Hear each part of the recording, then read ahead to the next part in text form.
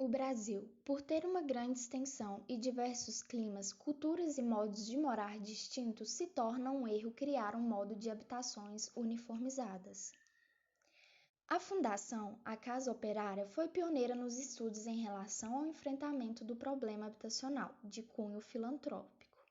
Isolada do poder público, mesmo quando o mesmo passou a intervir, não houve iniciativas relevantes. Então passou ao governo federal, com o auxílio de institutos de aposentadoria e pensões, criar os primeiros programas de produção pública destinados aos trabalhadores, sendo o único que procurou, ao menos nas suas diretrizes, priorizar os aspectos regionais e uma gestão mais descentralizada da construção de conjuntos habitacionais, atribuindo papel relevante para as prefeituras. Devido às dificuldades para igualar uma intervenção centralizada no Brasil, foram verificadas o desprezo às soluções apropriadas para as características regionais. Os IAPs tinham uma gestão centralizada e não se preocupavam em desenvolver habitações de cunho regional.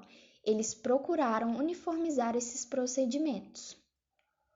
Apesar desses erros centralizadores, serviu para dar uma grande ênfase para o caráter educativo das ações educacionais. Os órgãos regionais não tiveram uma perspectiva diferente. O engenheiro pernambucano Flávio Marinho Rego foi um dos primeiros a aclamar os aspectos culturais, regionais e sociais da habitação, apoiado pelo governador Miguel Arraes. Apesar da importância, a habitação social não foi incluída nas reformas de base a serem implantadas pelo presidente João Goulart. O golpe militar veio certeiro para enterrar o assunto, apesar da implantação do sistema financeiro da habitação e o BNH. Por motivo, a questão de moradia e assentamentos irregulares que cresceram e ganharam grande visibilidade a partir dos anos 30 nas principais cidades brasileiras, foram criadas duas instituições com feições próprias e atuação diferenciada. A primeira foi a Liga contra o Mocambo, que atuou na eliminação de mocambos e na construção de casas para uma pequena parte da população.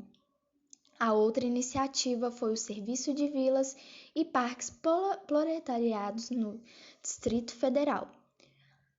A Associação Lar Proletariado, Fundação Leão 13, com o objetivo de construir e vender a moradores pobres, preferencialmente da favela, moradias populares e gradativamente for transformar favelas em bairros populares e a formação de centros de ação social, cuja atuação estava voltada a prestar assistência médica e oferecer educação física profissional, intelectual e moral, como exemplo de trabalho feito na favela Barreiro do Vasco.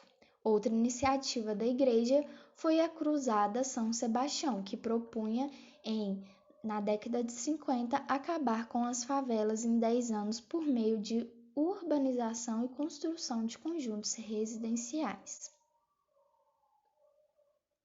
O Departamento de Habitação Popular construiu diversos pequenos conjuntos residenciais de visibilidade midiática e sem efetivo impacto no enfrentamento de questão habitacional, apesar da excepcional qualidade arquitetônica. O DHP, criado em 1940 e por ter formulado e colocado em prática avançado conceito de habitação social, impulsionou o surgimento de novos órgãos regionais com o mesmo objetivo. A lista das instituições que atuaram na questão habitacional é grande e não há pesquisa de resultado. Na síntese entre a moradia social e o documentário Habitat e Apartamentos demonstra uma ligação profunda, pois certifica várias nuances de um mesmo ponto, a verticalização. Percebemos que o início das tentativas de solucionar o problema da moradia social no Brasil e seu enorme déficit habitacional, tentamos infligir o mesmo tipo de moradia a todos os cidadãos,